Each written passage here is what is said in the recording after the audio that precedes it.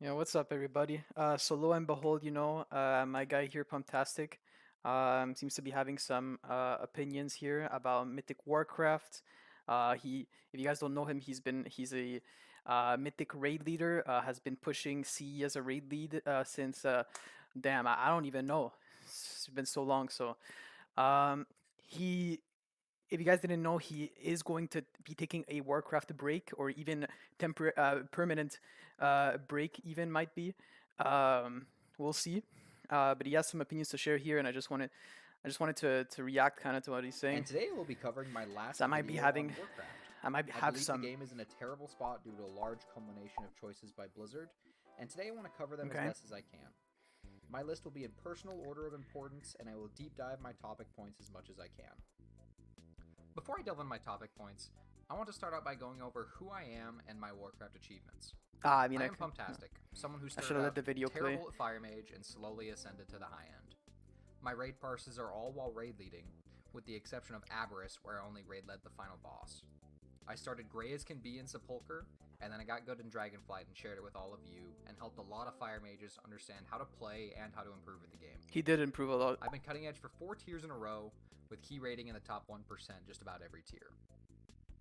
And all that has led me to the stopping point of Warcraft after much thought and delegation, and that brings me to my first point, predatory game design. World of Warcraft is littered with things that psychologically commit you to playing for many hours at a time through various And systems that's in-game, surprising. primarily in the form of strong gear or collectibles. I'm going to quote a passage from the University of Adelaide in Australia, a school focusing on psychology because it encompasses what I am trying to convey very well. Predatory monetization schemes typically involved in-game purchasing systems that disguise or withhold the true long-term cost of the activity until players are already financially and psychologically committed. Such schemes are designed to encourage repeated player spending using tactics that involve limited disclosure of the product and behaviors that reinforce purchasing over strategic or skillful play.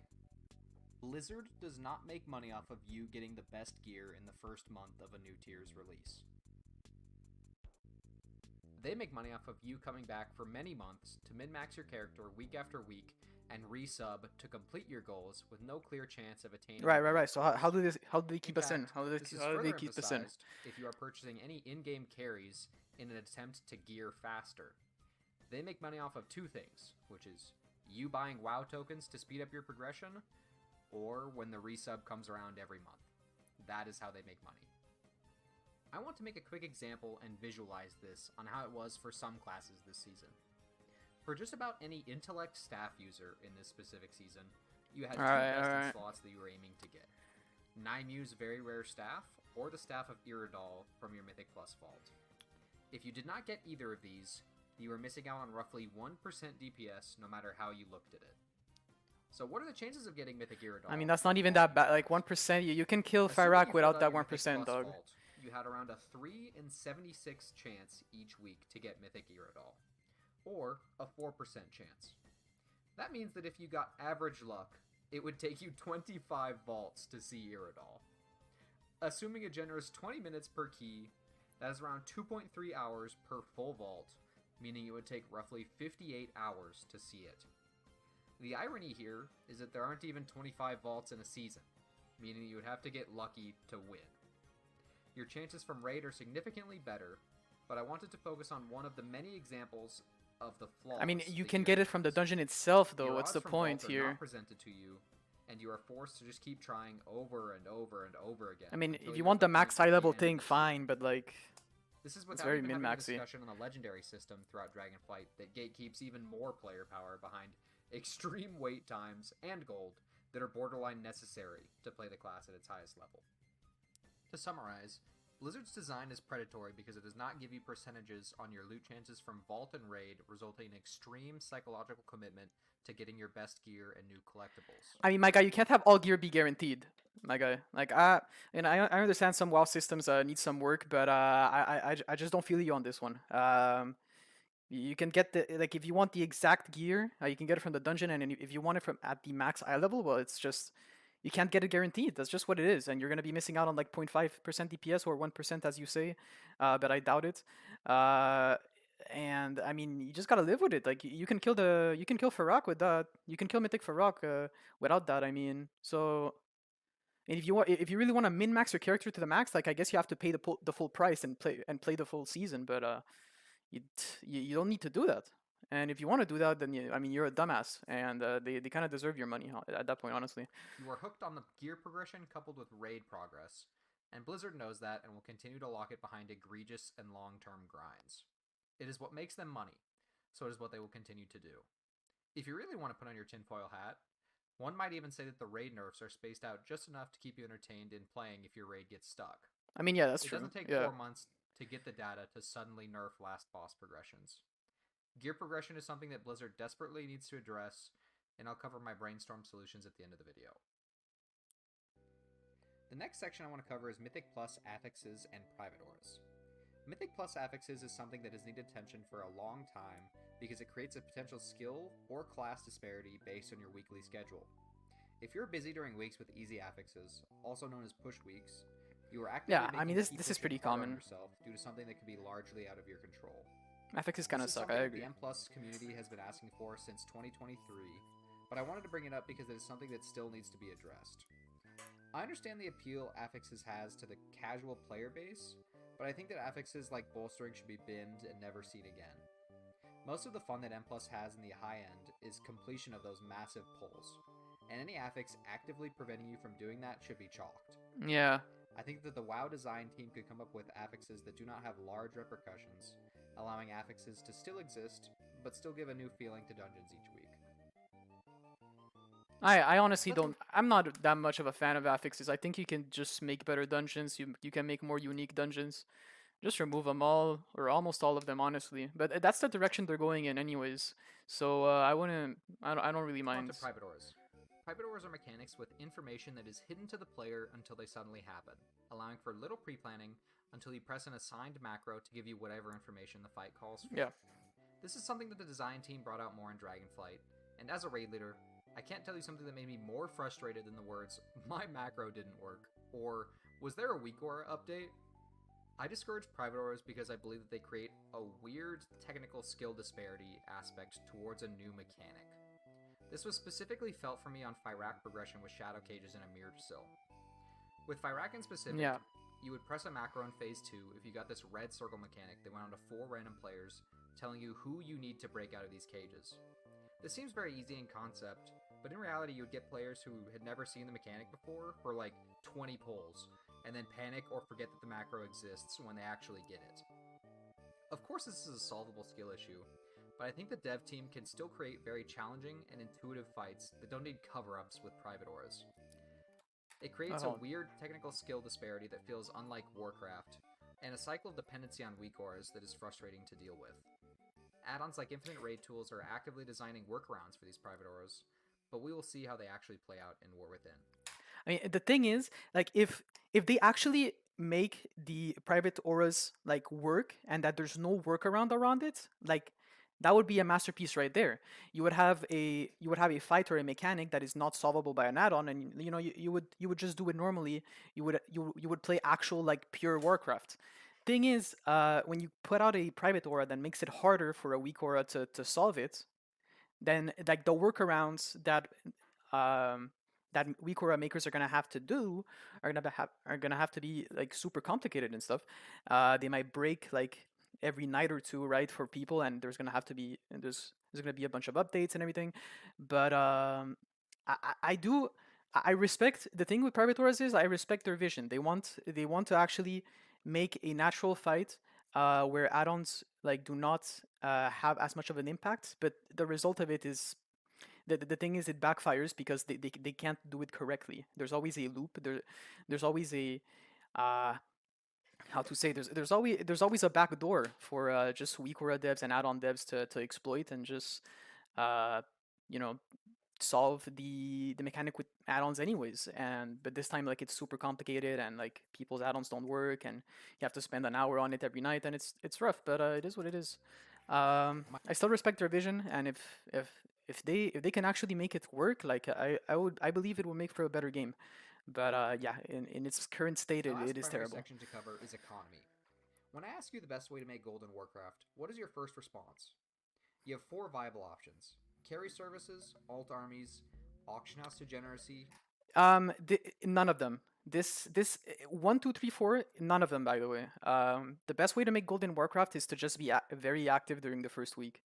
Full stop. There's being a very active crafter and like looking out for money making you know ways during the first like 2 3 weeks of the expansion is the best way to make money. You will end up with 10 WoW tokens every time, even if you're a dumbass. It's like the league start in Poe. Exactly. You're like, if you're not active during those 3 first weeks, you're missing the league start pretty much. Um, I would say in these four, I guess these four ways are like the best ways to make money if you're like deep into an expansion, you know. But it pales in comparison to just being like active for the first month of an expansion. I mean, he might mention this. Let's move on. Warcraft services. If you're not doing one of these four methods, you're grinding gold for fun, and there's nothing wrong with that. This gold does add up over time, but nothing like the first methods. Carry services are more common, but in recent times, Blizzard has been actively making it harder for other people to carry for gold in Warcraft with the removal of boosting communities, where boosters could more easily communicate with each other, and now it remains to be a somewhat of a taboo subject. But Pump, what about resource farming? The mining materials are So I want to make a point here. He is saying that he's claiming that Blizzard is trying to make boosting kind of taboo. One of the first points he made about predatory game design is let's see. Let me just yeah, we're at 720, and I just want to go back here to example 216 and here. visual He was talking about how the primary one of the primary ways that Blizzard makes money is boosts. I didn't say anything. I was kind of suspicious of this. I didn't. I wasn't exactly sure that most people do this. I just think that enough people do this for a boost to exist. But there's not enough there's not a big enough clientele for Blizzard to be making like absurd money out of tokens. I think you'd be surprised at how much the just store mounts make, how much just subscriptions in general make a you know I think they make way more than just tokens. Um, I think it's kind of contradictory because why would Blizzard wanna make boosting taboo if they're making so much money out of it? I don't know. You have to pick one of these 2 points. I don't think. But besides, I don't really think they're trying to make boosting as taboo. They're just trying to like deorganize it, right? They're trying to deorganize it because if it gets too organized, it gets connected to probably like other illegitimate gold selling websites like Eldorado and stuff, which obviously would lose them a bunch of money if people are buying gold off of other websites instead of just buying WoW tokens, right? boosting So, communities, where boosters could more easily communicate with each other, and now it remains to be a somewhat of a taboo subject. like, I But Pump, think they want to keep boosting like in guilds. Like guilds, a lot of higher end mythic guilds offer boosts, and I think they want to keep it that way. They don't want organizations that just boost it. They want guilds that push mythic and then sell boosts, right? That's what they want. They don't want organizations because it just makes it kind of slimy. Pump, what about resource farming? The mining materials are moderately expensive. They must be viable. No, not even close. They are very, as I was saying, in the first month of a WoW expansion, it is very valuable to do this. But yeah, he is right. Later, after a month later, Not even is close. not at all. Professions are botted way further than the player base realizes, and Blizzard makes minimal effort to ban these bots. In my clip, we can see at least 20 bots flying through Zeralite That is kind of caverns, funny. and this trend continues into the Forbidden Reach. They are farming materials needed for crafted items, and it is very clear that little effort is actually needed to ban these bots. Any moderator with a brain could park themselves at these resource hubs and mass ban the bots with easily identifiable snap movement that they are performing. Allow me to break down some math. Yeah, that is kind of A ridiculous. bond He is could around probably. 260,000 at the time of this video. Okay, you said bond again. You always say. Can you stop saying bond? I know you come from RuneScape. Like I like you just said bond. I always hear you say bond. Can you stop saying? But it is a token, a WoW token. All right. Assuming Jesus. 20 bots flew by in my clip, That is 5.2 million gold a month that could be removed from the circulation with extremely minimal effort from anyone with ban authority. If a player were to buy 5.2 million gold from Blizzard, this would cost them $400. Blizzard cares little about banning bots because it plays little into their USD revenue and also plays an unknown part in the economy. I would personally love to know the percentage of profession mats that are actually botted, because I feel like it is well over half of the supply.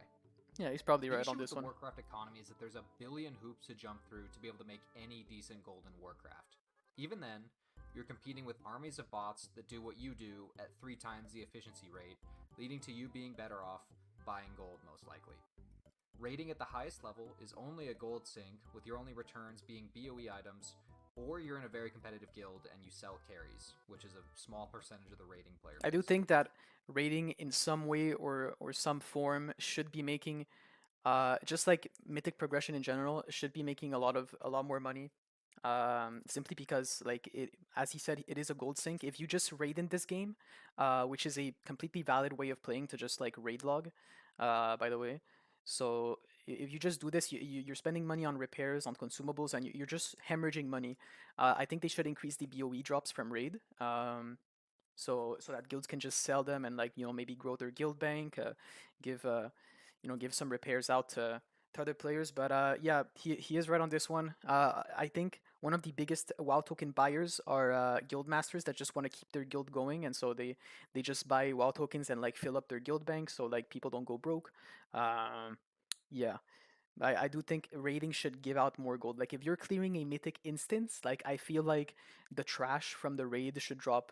It should actually just drop, like, more raw gold, because you can't reset it anyways, right? So you can't farm it.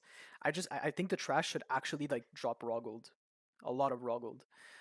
But yeah, Augment random runes. opinion. It might be a terrible opinion, because there might be some kind of exploit that I'm not thinking about. But I do think in some way or some form, like, the rating should give more gold. That's for sure. Enchantments, repair costs, buying carries, it all sucks gold out of you and your ways of making gold. Yeah, I mean, we're not gonna be buying carries here, guys. Like, they don't buy carries. Just dog shit.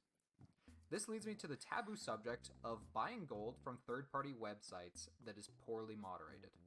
If you spend $20 for gold in the auction house on WoW, you get 260,000 gold. If you spend $20 on a third-party website, you get nearly 500k, which is double your monetary value. I knew many people throughout my time in Warcraft that would buy millions from these sites because it's simply the most efficient way to fund your Warcraft activities. Of everyone that I knew that bought from these websites, none of them were ever banned. My sample size might be small, but I believe that it's mostly true. If you aren't banning the bots, then you sure as fuck aren't going to ban the gold buyers. Blizzard wants your money when buying bonds, and it doesn't matter to them what goes on. They the can do what bonds they again. choose, and their choice is to restrict natural gold income. You realize that people that are watching your video, like, if they haven't played RuneScape, which, by the way, is very common. I know you think everyone played RuneScape, but it's not the case. People that didn't play RuneScape and they watch your video, they're not gonna have any fucking idea what you're talking about, Pump. All right, that's Jesus. While incentivizing you to purchase bonds WoW from token. them to bolster their USD revenue. Or just token. I want you to throw in a bonus topic because I think it's worth talking about, and that is social aspects and time constraints of Warcraft. This is something that I found myself thinking about frequently when thinking about mythic raiding. I've met and seen extremely good players in lower end guilds. Hey, that's my boy Haim right there. You already know that's my boy Haim right there. You already know that's my boy Hime. Hey, that's the best player, man. He just picked the best player in the guild. What can I say, bro? That's my boy right there, man. Shout out Hime. Look him up. KSM, CE all the time. Since I don't know when the fuck what am I fucking saying, KSM, bro? This guy has tile, bro. 0.01% of the fucking player base, my guy. Shout out Hime, man. I saw him. Because it simply fits their time schedule better. Yo, what was he saying? Of raiding, because it simply fits their time schedule better. I've met and seen extremely good players in lower end guilds because it simply fits their time schedule. Okay, so he's talking about extremely good players in lower end guilds. That's our guild. He's the good player. We're the lower end guild, yeah. It is true. It does fit his time schedule better, but that's not the real reason. That's not the real reason. He doesn't like to admit it, but he may like you guys, man. He may like you guys. You don't humble you. Like, it's not about schedule anything, bro. This guy can play anytime, bro. Better. He has love for you Committing guys, to man. 9 hours a week of raiding 3 nights a week is an extremely large ask out of any game. When you combine raid preparation with weekly keys, you are at a part-time job level of commitment to a video game at the end of the day. Mythic Warcraft is very Mm, fun, but the primary thing I'm looking to see out of WoW development in the War Within is actively reducing chores required to play and gear yourself at the highest level. uh, Raiding 2 times or even 3 times a week is enough of a commitment as is. With that in mind, I wanted to jump into the solutions that myself and others have brainstormed. I don't think mythic rating is that time consuming at all. You could like you're playing. I mean, we at least our guild we played 6 hours a week, 9 hours a week at launch, yes, but then it just reduces to 6 hours a week every time. Um, I don't think that's that huge, even for like a man with like a job or kids, like 6 hours.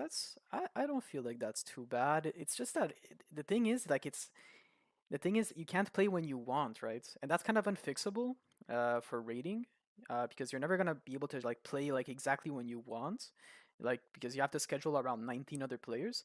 I don't think the time amount is really an issue, honestly, but it's just my opinion. Over the past month. It's an unfixable problem. It's just the nature of the game. You're playing with 19 people. There has to be a schedule. But sometimes you don't want to fucking play that day in. But yeah, it is what it is. I believe that there are 3 primary ways of ethically nerfing Mythic and Warcraft. My first, and my personal favorite, is reducing the time it takes to get best in slot items. Gearing your character to the max feels fantastic, and I believe that there are very easy implementations that can make this process faster. I believe the Great Vault serves a great purpose for alt characters, but it quickly loses value on mains after X amount of time. I believe Yeah, that there's a gear disparity between weapons and trinkets, and the Great Vault should have a targeting system of sorts that gives you increased odds on getting your key items fast. I agree. Like if you're actually targeting an item, it can feel really bad, especially if it's from raids, and especially if it's from dungeons too. Because if it's from a dungeon, uh, I mean, every time, every new patch, there's like a 3 minute trinket from a dungeon, and me, like as an unholy DK, I have to go farm it in the first 2 weeks, right? And I have to run that dungeon like uh, at least like 10 times a week to get a decent chance of getting it. That just feels terrible. So I do agree there should be a nice targeting system In addition to in the this, vault. another gear nerf would be to make Mythic Plus drop max eye level gear at the appropriate key level. This would mean that players are further incentivized to push their keys and also get their best in slot items while still maintaining integrity. The appropriate key level would probably be around plus 15s in Season 4 numbers, but the key level would be dynamic and appropriate to whatever the season calls for. I think um so I know Pump enjoys Mythic Plus a lot. And he does seem to he has like 2 times here in a row asked for like better gears from dungeons. He does have to respect, however, that some people just don't like dungeons. There's like at least half of our raids has like not stepped a like half of our like cutting edge raid, like I'm saying, right? I'm like not some random raid has not stepped a foot in a Mythic Plus in since like the first 2 weeks of the patch, right? And um, I mean that's some people just want to raid. Some people just want to raid.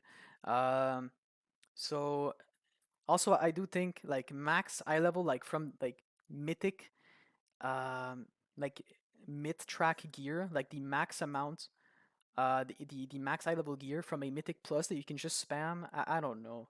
I don't know, man. Like, if you want to speed run the game, like, do you want to speed? Do you want to play the game like as less as possible? I mean, probably, but like, I don't know. I just think it's too strong to people who really favor Mythic Plus as like their main piece of gameplay. I do think the fact that only Mythic Raid like drops myth track gear, and if you want to get myth track gear just from dungeons, you have to rely on the vault. I do think it places a lot of value into raid, and I mean, in my opinion, like World of Warcraft, since classic, it's always been you do the dungeons to gear for the raid, and then in the raid you get like, yeah, that's where like your character gets like mega bist out, right? Um, so yeah, I don't think you should be able to have the strongest character without stepping foot in raid, because that's like in that at that point, why would you raid? Like, it would just be like an alternative. Like I know you have fun in raid, but there has to be like some reward, right? There has to be some reward for raids. So like, But the key level would be dynamic and appropriate to whatever the season calls for. The bottom line is that gearing faster feels like the best way of nerfing mythic content while still reducing chore time in game. Second option is to heavily nerf bosses after Hall of Fame closes. This is the best time to evaluate boss mechanics and see what should be tuned while still maintaining the fun and integrity of the season. This would aim to make Mythic accessible and re-clearable for the majority of Mythic guilds. I understand keeping Hall of Fame integrity the way it is, but as soon as that door shuts, I really believe it's the best time for nerfs. completely agree This with him still here. could leave a month or more of waiting, but in the grand scheme, this doesn't really matter. If you nail the tuning on release, everyone is happy, but that's a crazy large ask, and I don't think that'll ever happen. The last option is my group's answer, and that is a flexible Mythic raid size. I believe it's common to have callouts in a Mythic roster, and even have to call off raiding for the entire day if people have life come up. Tuning content to scale from 18 to 22 man would allow for a flexible roster that comfortably maintains a bench if people end up calling out. That's The actually not. largest Nah, issue that's with not bad this at all. is that Actually, the content would have to be designed with this in mind, and that really is a large ask. that would obviously like this 18 to 22 shit would obviously be like after Hall of Fame closes. But yeah, not bad at all. That's a pretty good idea. I fuck It's with it. common in Heroic to have player number thresholds where mechanics get harder, specifically like Smolderon in Amirdrasil with balls hitting the boss, like there's just more players in there so it makes the boss harder, and mechanics like that would have to be avoided. I doubt this would ever happen though, because I think it's a large risk on Blizzard's end, Yeah, but it it's is still a potential solution to the problem. it's a lot of risk. It's a lot of development That will time do too. it for my Mythic rating rant. I don't foresee myself rating in the future if the game stays the way it is, but I do want to thank all of Look you at for it. watching my content If the over the game past stays year. the way it is, hey, I he know might come Oh, it's he's back. all gonna been play success next that patch. you've You already received. This know. guy's gonna come And back thank you all next for patch, supporting bro. my content. I may still create This guy Warcraft is stuff, addicted. but I will not be playing the game barring large changes. Thanks again, and I'll catch you later. Hey, peace, man. Salute. Like, pretty good video. I don't know. I do kind of wish he went in a bit deeper in a couple stuff, but hey, I mean it's already 13-minute video, right? So it's all right. He did bring up some good points. Had a couple disagreements, but pretty minor, honestly. Yeah, I think he brings in some good ideas. I I honestly, personally, you know, I didn't really think the game was that bad. This expansion, I just got bored. That's all it is. Everyone gets bored of a game, but yeah, that's it, guys. So peace. Just wanted to share my thoughts on my boys content here. You know, smaller channel, guys. Please sub to my boy Pumptastic here. He really needs it. But yeah, peace out, guys. See you later.